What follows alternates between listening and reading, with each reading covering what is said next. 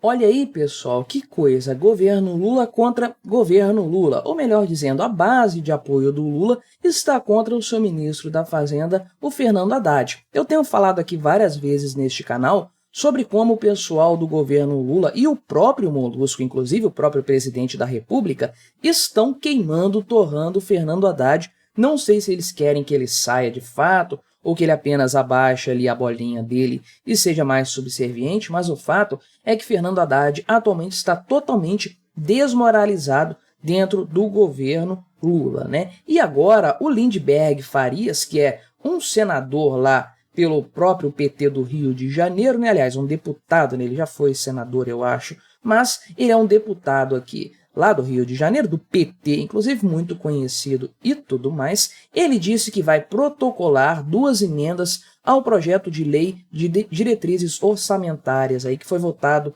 nessa terça-feira na comissão mista lá do Congresso Nacional de Planos, Orçamentos Públicos e Fiscalização, para permitir que o governo tenha um déficit fiscal, ao contrário do que foi proposto pela equipe do Fernando Haddad, que é do Ministério da Fazenda, e da Simone Tebet, que é do Orçamento e Planejamento do governo, né, que era uma meta de déficit zerado para o ano que vem. Então vamos dar uma olhada nessa queda de braço, tentar imaginar aqui, se é que é necessário fazer esse exercício mental, qual dos dois que vai ganhar nessa história aí e qual será o cenário provável da meta fiscal para o próximo ano. Antes disso, deixe o seu like e o seu comentário neste vídeo, se inscreva no meu canal se você ainda não for inscrito, considere se tornar membro patrocinador do meu trabalho, com valores a partir de R$ 1,99 por mês, você me ajuda bastante dessa forma, pode ter certeza disso, né? Então, o que nós temos é o seguinte aqui. Em primeiro lugar, eu tratei aqui outro dia neste canal, inclusive de um tema sobre meta fiscal,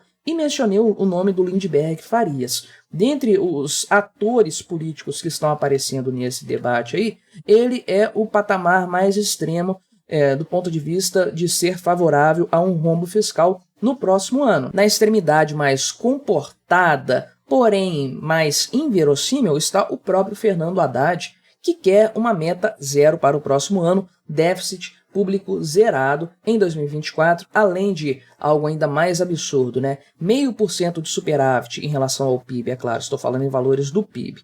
0,5% de superávit para 2025 e 1% de superávit em relação ao PIB para 2026, coisas completamente absurdas que não têm o menor cabimento em se tratando de um governo Lula. Mas ele está nesse extremo mais comportado, digamos assim. Fora o Fernando Haddad, ninguém acredita nessa meta zero, né? O pessoal das secretarias que formam o ministério dele, esse pessoal já jogou a toalha, falou que isso não vai acontecer. A Simone Tebet, que é ministra do Planejamento e Orçamento, falou que esse cenário também não é real, e aí você começa a ter alguns atores políticos pontuando 0,25% ali de rombo fiscal para o próximo ano, 0,5% também, lembrando que dentro das normas ali do arcabouço fiscal, do novo modelo fiscal brasileiro que começou a vigorar, agora vai vigorar para 2024, né? Dentro desse modelo existe uma banda, que é uma margem de tolerância de 0,25% para a meta estabelecida. Ou seja, se o governo levar essa meta de zero, déficit zero para o ano que vem, até 0,25% de déficit está dentro do permitido. Então esse pessoal trabalha já no teto desse valor aí, dessa tolerância a um rombo nas contas públicas. Então quem fala 0,25 está pensando em 0,5. Quem fala 0,5 está pensando 0,75. Só que no extremo está o Lindbergh Farias, que projeta e propõe uma meta fiscal, um déficit fiscal de 0,75% para o próximo ano aqui. Por quê? Porque ele acredita aqui, né, que olha só, 0,75%. Porque ele acredita que usando essa banda, essa tolerância, o governo vai poder chegar a 1% do rombo, que dá mais ou menos uns 100 bilhões de reais, se o PIB se mantiver mais ou menos no mesmo patamar, né? Então aqui ele falou que vai apresentar 2 emendas, uma delas para aumentar a meta do déficit primário para 0,75%, conforme eu falei, e a outra para mudar para 1% de uma vez, jogar a coisa lá para cima e aumentarem muito a possibilidade de o governo Lula gastar dinheiro como se não houvesse amanhã em 2024, né?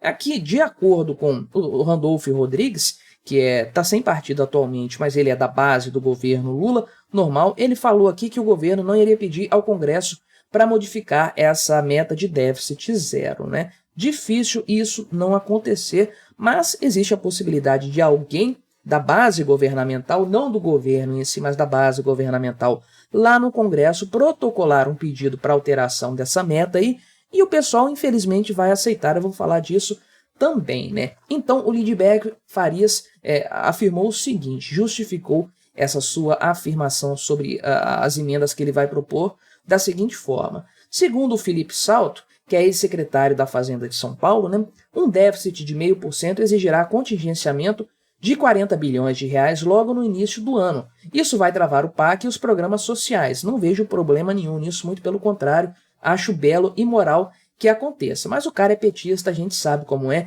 e, de fato, a grande preocupação do governo Lula está relacionada à questão do contingenciamento que ele eventualmente tem que fazer no começo do ano. Está contingenciando um monte de coisas esse ano, diga-se de passagem, vocês estão acompanhando isso aí. Então, ele vai ter que revisar as contas em março de 2024, as contas de janeiro e fevereiro. Depois, no final do segundo bimestre, em maio, ele vai ter que revisar as contas novamente e é muito provável que, se não em março, pelo menos em maio, ele tenha que contingenciar alguma coisa se a meta for zero. E o que acontece se ele tiver que contingenciar? Aí deu ruim, porque ele não vai poder fazer seus programinhas sociais, fazer as suas obras do PAC para prefeito e vereador ir lá inaugurar perto das eleições, né? Então, realmente, isso vai prejudicar o PT e seus aliados de surfarem nessa onda e terem um capital político movido por dinheiro público, né? Então, esse é o grande objetivo do PT nessa história.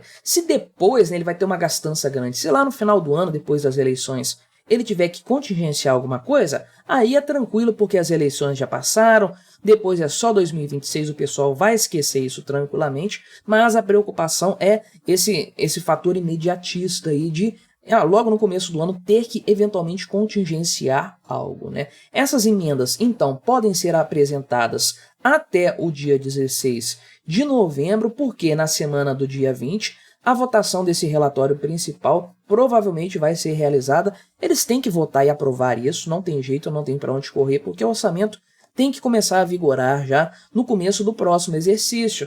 Depois entra dezembro, o pessoal aí vai querer sair de férias, não vai ter quórum para ficar votando as coisas e tudo mais, ninguém quer se enrolar com isso. As negociações estão acontecendo já para viabilizar o orçamento do próximo ano, né? Então aqui, o coordenador da bancada do PT nessa comissão mista aí do orçamento, que é o deputado Odair Cunha, lá de Minas Gerais, falou o seguinte, né, que o governo não vai interferir no orçamento nem nada disso, porém, o partido não vai impedir, olha só, né, que os seus parlamentares, os seus congressistas, apresentem emendas, né? Então, de fato, o que está acontecendo provavelmente é isso. O que vai acontecer certamente. Alguém, o Lindbergh Farias ou outro indivíduo qualquer, vai propor uma meta aí muito mais, uma tolerância muito maior, muito mais maleável, para que o governo Lula possa gastar mais. E aí não é o governo que está apresentando, é o Congresso Nacional, não é culpa do Lula, não é culpa da Haddad, eles queriam meta fiscal zero, mas o Congresso mudou a coisa lá na frente. A gente sabe que não é bem assim. A grande verdade, porém, e aqui é importante frisar, é que essa história já está meio que decidida, tá? Que vai ter um déficit fiscal, a gente já pode contar com isso para o próximo ano, a não ser que os caras do Congresso estejam mesmo muito determinados a arrebentar com o Lula já em 2024, porque a grande verdade é que todo mundo quer dinheiro nessa história, né? Um orçamento mais maleável, com uma meta fiscal muito mais assim